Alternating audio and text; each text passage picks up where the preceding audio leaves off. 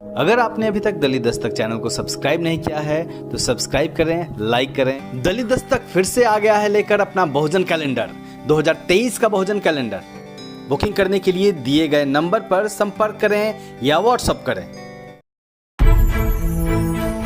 जब भी मैं हूं अशोक दास, आप देख रहे हैं दलित दस्तक। और सबसे पहले तो आपने हमारे चैनल को सब्सक्राइब नहीं किया है तो सब्सक्राइब कर लीजिए। और फिलहाल इस खबर में बात करेंगे हम इस किताब की। आधुनिक भारत की निर्माता पेरियार पे एक किताब आई है, जीवनी आई है, जिसे लिखा है राजपाल एंड सन्स से, जिसे लिखा है संजय जोठे जी ने, जो कि एक जाने माने इंटेलेक्चुअल हैं। और आज के दौर में मैंने इनको जितना पढ़ा है, मैं कह सकता हूँ कि आज के वक्त में जो नए लोग नई चीज़ें गढ़ रहे हैं उसमें संजय जोठे जी का नाम काफ़ी महत्वपूर्ण है। सर, सबसे पहले तो बधाई आपको, आपकी किताब का विमोचन हो गया। बहुत धन्यवाद। और ये पेरियार के ऊपर किताब आई है।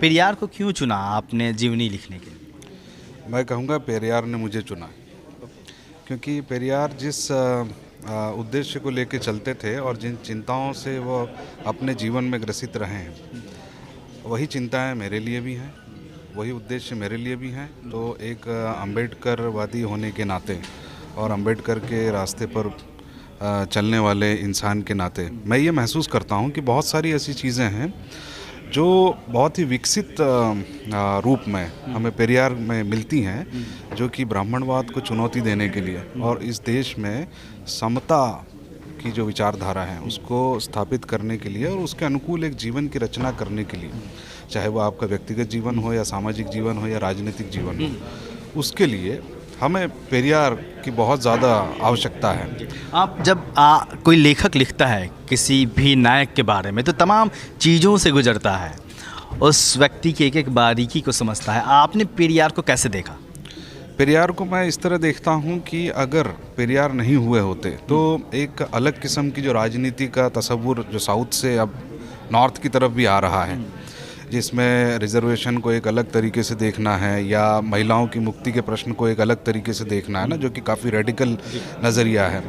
और जैसा कि अभी वक्ताओं ने भी कहा है कि वो न सिर्फ अपने समय के साथ न्याय कर पाए बल्कि वो समय के बहुत आगे की बात भी कर रहे थे। तो अगर पेरियार नहीं हुए होते तो बहुत कुछ हम खो चुके होते। और इससे भी बढ़ के मैं तो ये कहता हूँ कि उनके होने के बावजूद उनका हिंदी पट्टी में अदृश्य हो जाना या अदृश्य बने रहना एक ऐसी कीमत है जो मेरे ख्याल है कि बहुत बड़ी कीमत है जो हम सब चुका रहे हैं, और उनको हिंदी में लाना बहुत ज़रूरी है। और इसीलिए ये प्रयास किया गया है। मैं चाहता हूँ कि आपके चैनल के माध्यम से सभी मित्रों से ये भी निवेदन करूँगा कि जिन भी स्रोतों से वो पेरियार को जान सकें, समझ सकें और अपना सकें, ज़रूर कोशिश करें। क्योंकि जिस तरह हम अम्बेडकर साहब को पढ़ते हैं, समझने की कोशिश करते हैं, वो जिस तरह की मशाल हमारे दिलों में जलाते हैं, पेरियार भी वही मशाल है। पेरियार ने कितना प्रभावित किया भारतीय जनमानस को, या फिर ये कहें कि जिस समाज में वो जन्मे और जो बातें उन्होंने कही? साउथ की अगर हम बात करें, साउथ इंडिया में तो उन्होंने बिल्कुल बहुत ज़्यादा प्रभावित किया है। और चाहे वो भाषा की राजनीति हो या संस्कृति की राजनीति हो या धर्म की राजनीति हो, है ना, मतलब राजनीति कोई बुरी बात नहीं है। मतलब आप कैसे, है ना, जो सत्ताएं हैं उनको या पावर को देखते हैं, आप काम करते हो समाज में, वो किसी भी स्तर की हो सकती है। अगर पेरियार ने जो भी काम किया है उसको हम देखें तो हमको पता चलता है कि उन्होंने जो सैद्धांतिक विमर्श हैं, है ना, भारत को एक बड़े नैरेटिव में देखने की कोशिश करना, उसके ऐतिहासिक प्रस्थान बिंदुओं के साथ उसको उठाकर देखना, और ब्राह्मणवाद और गैर ब्राह्मण जो विचारधाराएं हैं उनके तनाव के आईने में, है ना, वो उन्होंने जिस तरीके से करके दिखाया है साउथ में विशेष रूप से, वो बहुत ही यूनिक रहा है। और मैं उसको उसी तरह देखता हूँ और काफ़ी कुछ सीखने को मिला। हमारे जयप्रकाश करदम साहब ने भी अभी अपनी उद्बोधन में इस बात को रेखांकित किया था कि अगर पेरियार को हम ठीक से देखें तो एक बहुत ही रेडिकल चेहरा उभरता है, और मैंने उस रेडिकल चेहरे को काफ़ी नज़दीक से देखने की कोशिश की है लेखन के दौरान और पढ़ते हुए भी। जी, दलित दस्तक फिर से आ गया है लेकर अपना बहुजन कैलेंडर 2023 का बहुजन कैलेंडर। जानिए उन बहुजन स्थलों के बारे में जो महत्वपूर्ण हैं। बुकिंग करने के लिए दिए गए नंबर पर संपर्क करें या व्हाट्सएप करें। जी मैंने गुजारिश की थी जयप्रकाश कदम सर से कि बातचीत में वो भी रहें, क्योंकि किताब का विमोचन हुआ तो उन्होंने बोला इस विषय पे, पेरियार पे। सर आपके लिए पेरियार क्या है?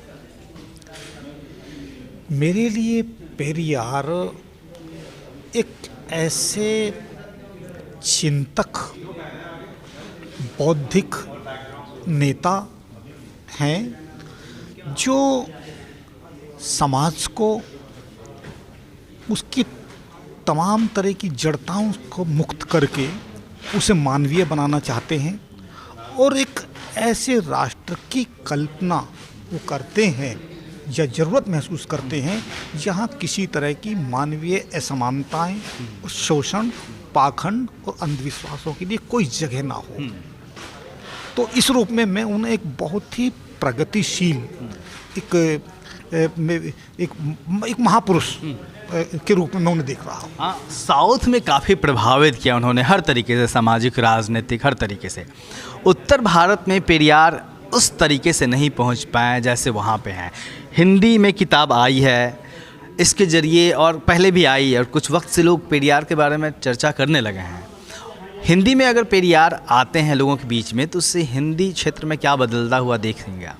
देखिए, पेरियार के हिंदी बेल्ट में ना आने का एक बहुत बड़ा कारण ये है कि पेरियार जिस तरह से हिंदी के ब्राह्मण और ब्राह्मणवाद पर वो बराबर हमला आक्रमण कर रहे थे, उनकी आलोचना कर रहे थे, और उस समय तक जो गैर ब्राह्मण या दलित पिछड़े हैं उनमें शिक्षा का उतना प्रसार नहीं था और वो उनकी भाषा नहीं समझते थे, तो इसलिए वो पेरियार यहाँ नहीं आ हिंदी सके। पट्टी का नुकसान हुआ पेरियार के लेट से पहुंचने से। बहुत नुकसान हुआ। मैं कहता हूँ कि यदि पेरियार को तो हिंदी पट्टी ने जाना ही तब कि जब ललित सिंह यादव उन्होंने उनकी किताब को राम के क्या नाम उसका सच्ची रामायण को जब उन्होंने अनुवाद किया, यदि वो अनुवाद करके वो किताब उस समय नहीं आई होती तो हो सकता है पेरियार को जानने में यहाँ और अभी समय लगा होता परिचित होने में। बहुत बहुत शुक्रिया सर। आखिरी सवाल लेखक से, पेरियार के बारे में जो आपने लिखा है सारी चीज़ें आ गई हैं या फिर अभी और शोध होना बाकी है और नई चीज़ों का आना शामिल होना बाकी? बहुत सारा है जो अभी, जैसे मैं कह रहा था अभी अपने वक्तव्य में भी,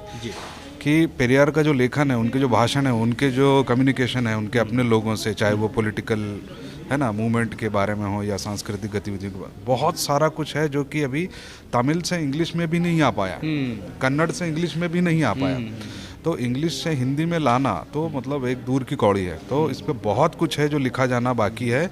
पेरियार का समग्र जो कलेक्टिव वर्क्स हैं, कलेक्टेड वर्क्स, मेरे ख्याल है वो उसको भी पूरा साथ में लाने में हिंदी में बहुत समय लगेगा।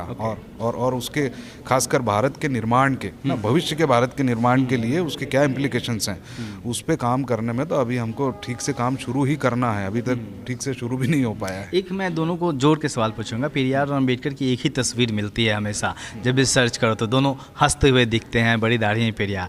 तो उन दोनों के बीच की जो बातचीत रही वो इस किताब में शामिल है क्या, वो मुलाकात? वो उसका एक बहुत ही पासिंग सा रेफरेंसेस है ना, और वो उस संदर्भ में है कि जब मुंबई में पेरियार जब आते हैं, जिन्ना से भी मुलाकात होती है, बाबा साहब से मुलाकात होती है, तो अलग अलग अस्मिताओं के लिए अलग अलग भूखंडों की जब कल्पना की जा रही थी, तो उस संदर्भ में बहुत लोगों के आपस में विचार विमर्श होते थे। और इस विषय को मैं बहुत विस्तार में नहीं ले गया हूँ क्योंकि वो समय का मतलब स्थान का भी अभाव होता है। आप उसका जिक्र करना चाहेंगे सर, वो जो मुलाकात हुई थी पेरियार और अम्बेडकर की?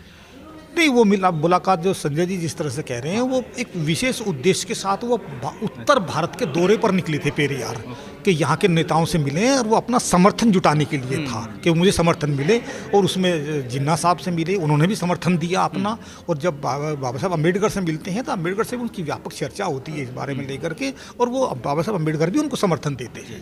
तो किताब आ गई है, एक बार फिर से बधाई स्वीकार करिए। और ये किताब राजपल सन से आई है और ये हमारी वेबसाइट है बहुजनबुक्स.com, वहाँ भी उपलब्ध रहेगी, वहाँ से भी आप बुक कर सकते हैं। देखते रहिए दलित दस्तक और हमारे चैनल को सब्सक्राइब भी जरूर करिए। जय भीम।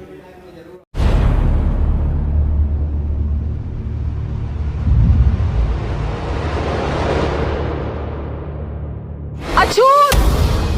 गाड़ी दूषित कर दी अछूतो। भीमराव, अमेरिका में शिक्षा लेकर क्या करना चाहते हो? यह विजय स्मारक उन 500 महान शूरवीरों की यादगार है जिन्होंने 28,000 की सेना को कुछ ही घंटों में कुचल डाला था। हमारी जंग ब्राह्मणों से नहीं, ब्राह्मणवाद से है। आप कर रहे हैं, दोषी मुझे बनाया जा रहा है। हिंदुओं की आने वाली पीढ़ियां पढ़कर मेरी जय जयकार करेंगी। मेरा समाज सोया पड़ा है, इसीलिए मैं जाग रहा हूं।